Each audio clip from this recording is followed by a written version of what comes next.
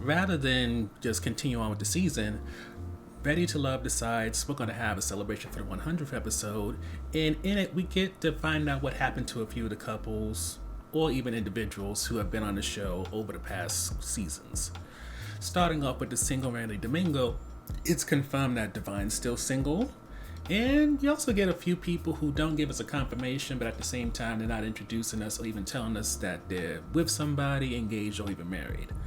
Those people include Shay from season 1, Mumin, who was a singer, David, who I think was from Last Resort, Sabrina, but the Sabrina who wasn't the short little one, the Sabrina who was tall, part Asian, very fashionable. That Sabrina, she is still potentially single. And Courtney, who we learn is not only single looking for a husband, but she has been doing reunions between the DC and Potomac Ready to Love season cast members, which may have led to maybe one couple that's unexpected. But what about people who are dating, engaged, or even married, but not to someone on the show? Well, if you remember Aaron from season 1, he's actually married to somebody, and he's been married for about maybe 4 years or so.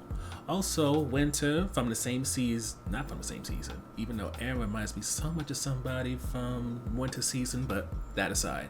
Winter got a man, but they're not engaged yet. But the Key is actually engaged, and the ladies from the DC Potomac season even threw her a bachelorette party, we're told.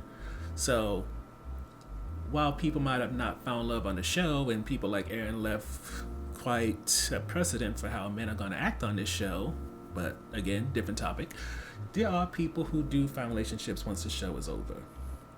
But let's go into the people who the process actually worked for. And from what we're shown, it's not always the people in the same season. So, as we already know, Rashid and Simone got engaged this season, so that's good, but there's no news on when the wedding is.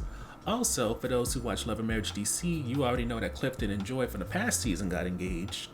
And to some surprise, we have some controversial or people who you may not have thought gonna stick together who are still together. There's Cornelius and Camille, despite Camille's many faces and how she acted during her season. Marion, who had that famous dramatic swap during a reunion show, they're still together. And also Swayze and Katie, despite how they went back and forth during their season, even to the point of not making it to the final 3. But perhaps the biggest shocker of all is the fact that Walter is with not the Sabrina from his season, but a Sabrina, I believe, either from the season before or after. And from what we're told, the way that they met is because of the premiere parties. She went to his, he went to hers, and with that, they eventually got together. And from what we're told, they've been together for 7 months and even are living with one another. Now, being that this is a recap of a recap, there's no highlights, low points, and all that. But I do have to admit, I do have questions. The first is, would anybody besides me at times want to see like a whole season just done with people who didn't make it to the end? It's an idea, right? I mean, 100 episodes, there are 7, 8 cast seasons or whatever, so it's not like we don't have a lot of people. The main issue that would be, since the show is taking place in Texas, Florida, and Georgia, and also the DC area, there's a lot of people that aren't close, but I mean, it's a 10-week show, so they can do something. I'm not sure what they can do, because part of the reason that this probably made it to 100 episodes is because the budget's not that high, but you never know, right? On top of that, I do have to wonder and ask, even though I know this is going to be very rhetorical, what happened to all the interviews with people who didn't think this show was good, in terms of cast members who felt slighted or whatever? Can you imagine actually getting to see that? The producers contact these people, they're saying, oh yeah, we'll talk, and then they just blast the show because of how embarrassing it was, how annoying the people were. I know it's never going to see the light of day, but a part of me wishes, of all the things that could leak, those interviews, raw and uncut, would be the type of things to leak. But last thing I just want to kind of question in a way is, what happened with some of the other couples who seemingly could have made it? Like, what happened with Phil and Sydney? assuming Sydney's the one I'm thinking about. What happened with Dante and Aisha? What happened to Amber and Chris, who was, Chris was the first one who got brought back in the show, and he seemed to really hit it off with Amber, so what happened there? What happened to Naeem and Zadia? What happened to Carmen and Donovan? Or even Mike and Brandy, who's from a recent season? Some of them were my favorites, and I'm just like, these people actually made it to the final threes.